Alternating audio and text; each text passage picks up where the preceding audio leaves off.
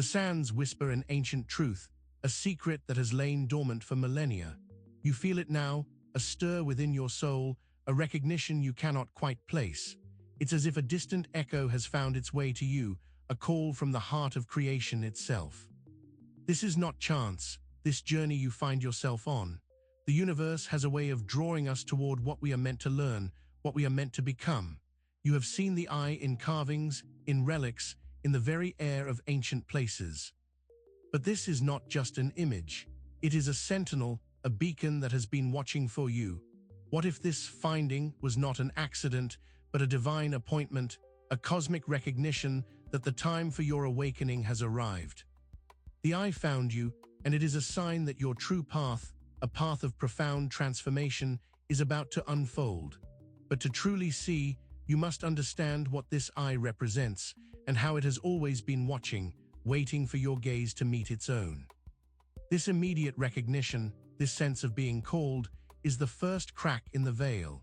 The Eye of Horus, more than a symbol of protection, was the lens through which ancient Egyptians perceived the divine order.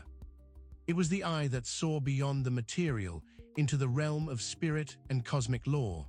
It was not about looking out, but looking in, a powerful mirror reflecting the deepest truths of existence. This inner vision, the ability to perceive the unseen, was crucial in their understanding of the universe. This eye represented clarity, wholeness, and the power of discerning truth from illusion.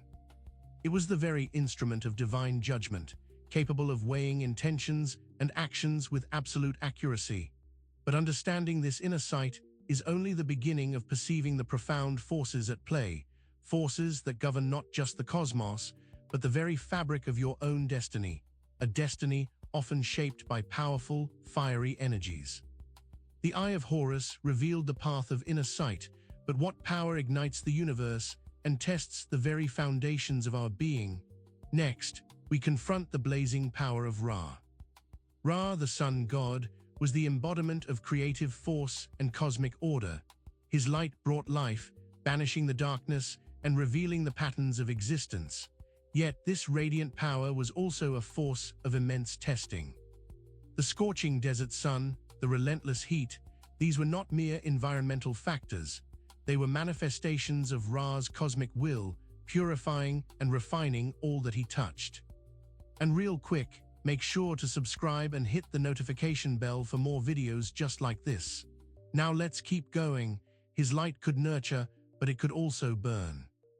This duality of creation and destruction, of life-giving warmth and annihilating fire, is a fundamental law woven into the fabric of the universe. Every dawn was a reminder of this constant cycle, a daily testament to the ceaseless energy that fuels and challenges all life. This cosmic fire, while awe-inspiring, also forces movement, pushing souls toward necessary change. To truly understand Ra's power is to accept that creation is intrinsically linked with transformation, a fiery process that prepares us for deeper initiations. But what happens when this cosmic energy leads us to a profound point of transition? The fire of Ra tests all, but what awaits us after the burning, at the very gateway to the beyond? Next, we step into the silent, sacred realm guarded by Anubis. Anubis, often misunderstood as merely the god of death, was in truth a far more profound guardian. He stood at the threshold, the liminal space between the known world and the mysteries of the afterlife. His role was not to end life, but to guide souls through the ultimate transition, the alchemical death and rebirth that awaited every being. He was the master of rituals, the embalmer of the gods, preparing them for their eternal journey. The jackal, his sacred animal, represented keen senses, intuition, and the ability to navigate darkness. Anubis embodied this, a silent guide through shadow and initiation. He ensured that the passage was honored, that the soul was properly prepared for the next phase of its existence, a journey marked by judgment. But what exactly is being judged, and by what ultimate standard? Anubis guards the threshold of the unknown, but what ancient record is consulted to determine the fate of the soul? Next, we come face to face with the unwavering balance of Ma'at. Ma'at, the divine principle of truth, justice, and cosmic order, was the ultimate arbiter. Her feather, symbolizing truth and lightness of being, was placed upon the scales against the heart of the deceased. This was not a simple weighing, but a cosmic audit, a complete revelation of one's life's actions, intentions, and their alignment with the universal harmony. Every deed cast a shadow on these mystical scales. The weight of truth was paramount. Any deviation, any act of injustice or falsehood would tip the scales, signifying a soul out of balance with the divine order. This cosmic record was indelible, a testament to every moment, every choice. It was the foundation upon which all existence was built, a law that even the gods respected. The scales of Mahat reveal the karmic tapestry of existence, but what happens when the balance is deliberately disrupted and chaos enters the sacred order? Next, we must confront the powerful force of Seth. Seth, the embodiment of chaos, disorder, and untamed nature, was the adversary, the shadow that challenged the established order. He was the disruptor, the force that tested the strength of Ra and his divine plan. His power was not inherently evil, but primal and anarchic, a necessary counterpoint to creation and stability. He represented the wild, untamed aspects of existence that could be both destructive and regenerative. The myths of Seth's battles with Horus are not just tales of ancient conflict, but enduring metaphors for the internal struggles we all face. He is the shadow self, the impulses we must acknowledge and master. To deny Seth is to deny a part of oneself, a part that, when understood, can be integrated and transformed, rather than allowed to fester in darkness.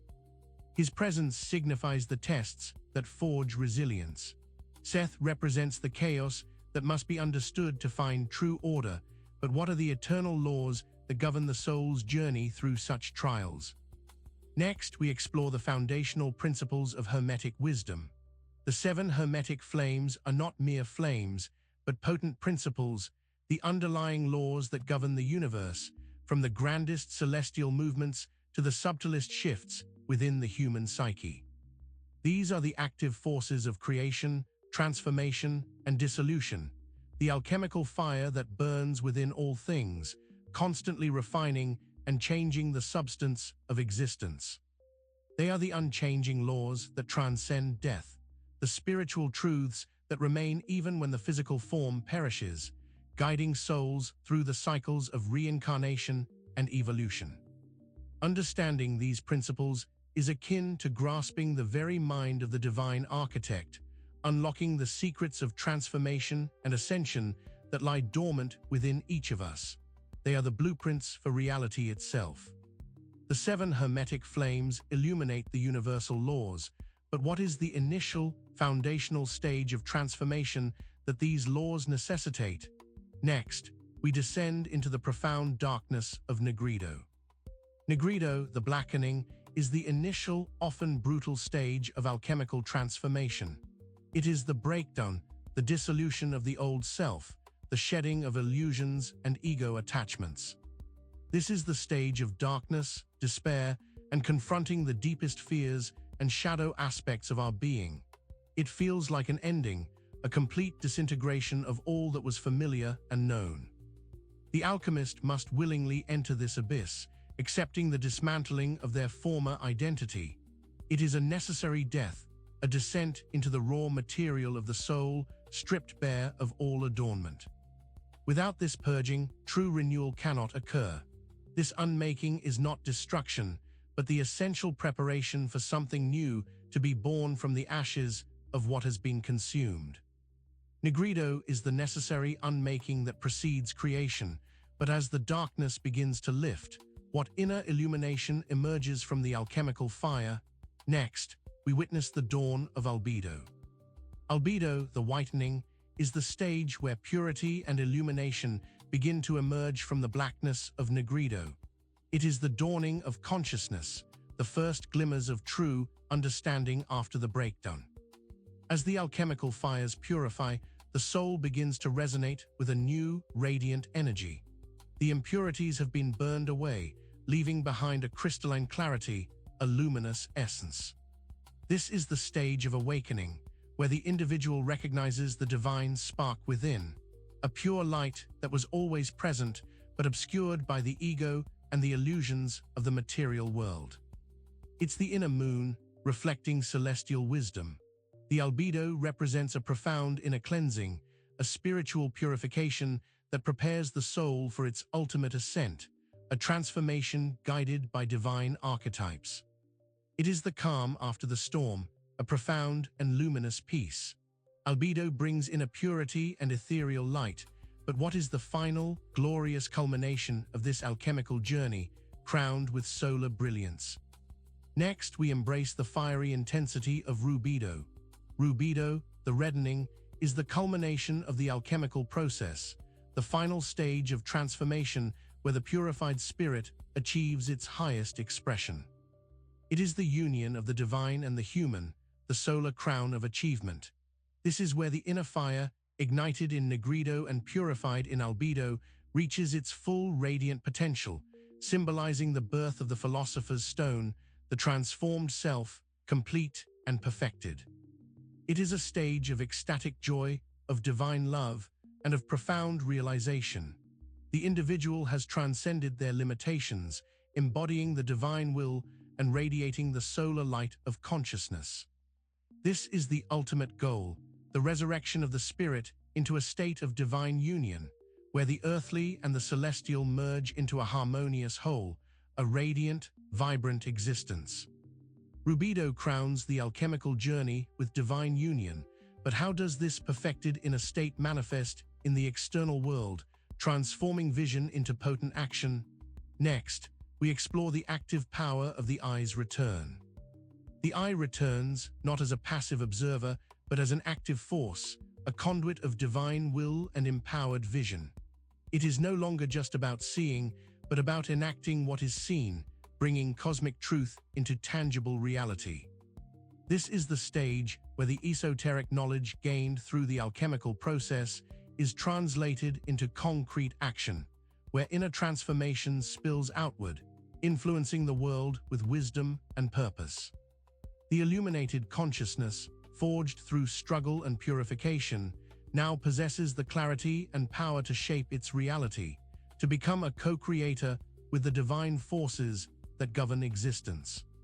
This active vision is the hallmark of true mastery, the ability to perceive the divine pattern and then manifest it with unwavering resolve, bringing order and light to the world around you. The eye's return signifies action born of vision, but what ancient knowledge is encoded within the symbols that surround us, silently guiding our understanding? Next, we delve into the profound wisdom of the temple codes. Temple codes are not merely architectural designs or artistic motifs. They are living memory, inscribed symbols that carry the weight of cosmic laws and divine archetypes. These are the forgotten languages of the soul. They are the visual echoes of spiritual truths, embedded in the very fabric of sacred spaces, designed to awaken dormant knowledge within those who know how to perceive them. Each hieroglyph, each sculpted form, is a key, a mnemonic device designed to unlock deeper layers of understanding, activating ancient wisdom that resonates with our very being. These symbols act as beacons, drawing us closer to recognition, reminding us of our divine heritage and the profound interconnectedness of all things, a connection that extends beyond our physical form. The temple codes remember us through their symbols, but what ultimate awareness do these symbols point towards? An awareness that watches over all existence. Next, we ascend to the vastness of cosmic consciousness. Cosmic consciousness is the universal awareness, the omnipresent mind of the divine that permeates all of existence. It is the source from which all creation springs and to which all returns. This is the ultimate state of being, the complete realization of our interconnectedness with the divine and with all sentient life, transcending the limitations of individual ego and perspective. It is the boundless ocean of intelligence and love, the ultimate reality that underlies the universe, the ever-watching eye that sees all and understands all with perfect clarity. To touch this consciousness is to dissolve all fear, all division, and to embrace the profound unity that is the true nature of reality, a realization that changes everything. Cosmic consciousness is the ultimate unity, but how does this profound realization manifest in your own life, igniting your personal journey of becoming? Finally, your resurrection begins now. Your resurrection is not a future event, but a present awakening, an alchemical rebirth that begins within your own consciousness. It is the embodiment of divine truth in your daily existence. This is the culmination of all that has been revealed, the moment when the inner transformation ignites a profound shift in your perception, your actions, and your very being. You are not merely a spectator in the grand cosmic drama, but a vital participant, capable of manifesting divine order and love in the world. The power to transform lies within you now. Embrace the alchemical principles, live by the laws of Ma'at, and carry the illuminated vision of the Eye into every aspect of your life. Your journey of becoming is not yet over, but has truly just begun. And make sure to subscribe for more videos just like this, and hit that notification bell so you never miss the next teaching. See you in the next one.